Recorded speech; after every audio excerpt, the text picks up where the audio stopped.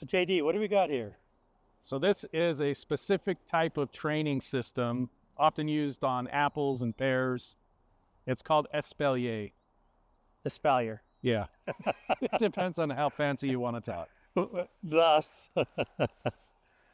So the whole idea of this, historically, these have a lot of history in Europe, medieval times, where they would plant these trees inside castle walls so the marauders and other people wouldn't destroy their fruit.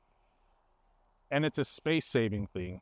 That's what I use it for. I have a couple trees like this at home, and they're right on the well, just off the fence, and they're not quite this nice, but I prune them that way so the neighbors don't have to worry about them, and then it just only takes up a couple of feet, and I still get the apples. It's a two-dimensional way of growing apples and pears, and honestly, it's fun. I've got 3 or 4 at my house, and I do it just so I could learn the system, and it's the only difference between a regular historic modified central leader apple and this is it's 2-dimensional instead of 3. Yeah, and you can see it does take a little bit more work because here we've got a structure that we have to that we use to train it, and that's what takes the longest time is just the training on it.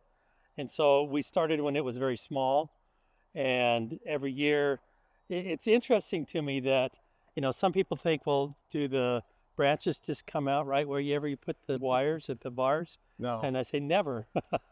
Why would they do that? And so you can see that we've got a lot of upright growth here that we're going to have to bring back down into check. What happens is the new growth, this is 1-year-old growth, so you can't really train it. It's stiff and like people, kind of immovable. But that right here, I know. But the 1-year growth, as it grows this year, you can actually twist those branches around when they're pliable and tie them. You can see we've got loosely applied zip ties. Loose is one of the keys, not too tight. You can use a green stretchy tape. That's usually what I use. But after you've tied it down to this structure or wire system, after 1 season, you can actually remove it. Remove those. Because these are sturdy enough now that they'll hold. And at home, mine don't even have anything anymore because I had it at first, and then I was able just to remove it. Yep. So the biggest thing is tying things down the first season. I usually do that in the fall, by the way, because then they're really pliable. And if I wait till the spring, then a lot of what I want to work with, like you said, is already hard. Yep. And then after that, it's not just spring pruning. You'll have to come in the summer, shorten some of these branches. And literally what you're trying to do is get the plane of fruit right along these main branches on short spurs. So instead of having these long growth, you're actually coming and shortening those and trying to create some fruiting spurs like we have close. Like right here. Yeah. Look at this. You want a bunch of those right there where they're just right on on your laterals. And I love this to show this. This is what you want. This is not what you want. Look at this. These are terminal buds. So we'll come and shorten these to 2, maybe 3 buds, and then encourage the short spur type growth instead of the long lanky growth. And you can see here, there's a growth here. You'll just kind of shorten these. And you can see that's what we did here. We cut it, and now we've got a spur right there. Here we made a cut here, made a cut here, and this here we've got, look at that. We've got lots of apples coming on.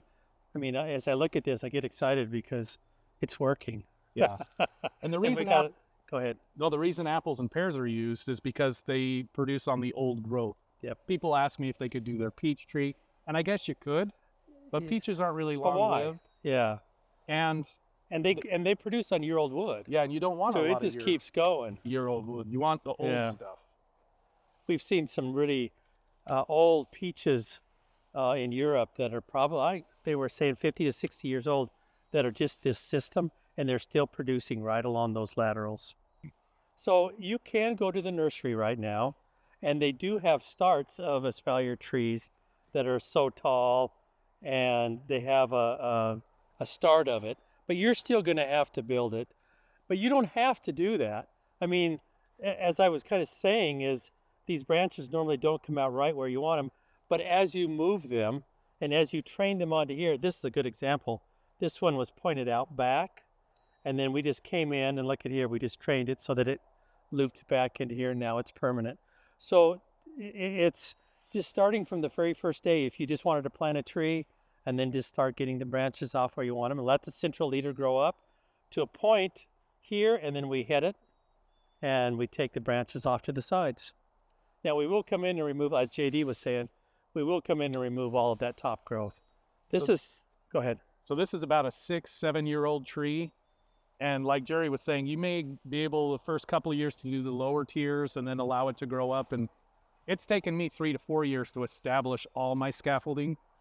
But one of the tricks is making sure that you have at least a semi-dwarf apple tree, if not a true dwarf.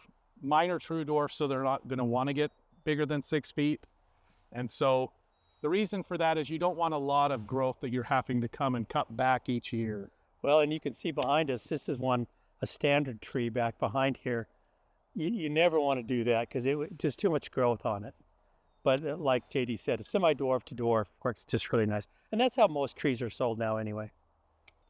Yeah, so the ones I have at home are on an old grape trellis. Oh, really? So they're just a number 10 wire that runs every so often and a 4x4 post set between the trees. And you know, this was 20 years ago when I first started mine, I actually tied them to the ground. This sounds crazy, but I would bring them around and then tie them, flatten them to the ground where they would come until they were set. I don't know if that makes any sense to you, but yeah. Either weigh them down or tie them down. Yeah, to get that shape that I want. Yep.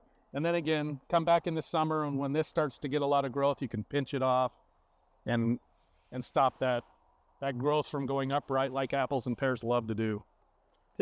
So one of the advantages of this, JD, that I have found is if you're spraying for codling moth or some other, these are so easy to spray.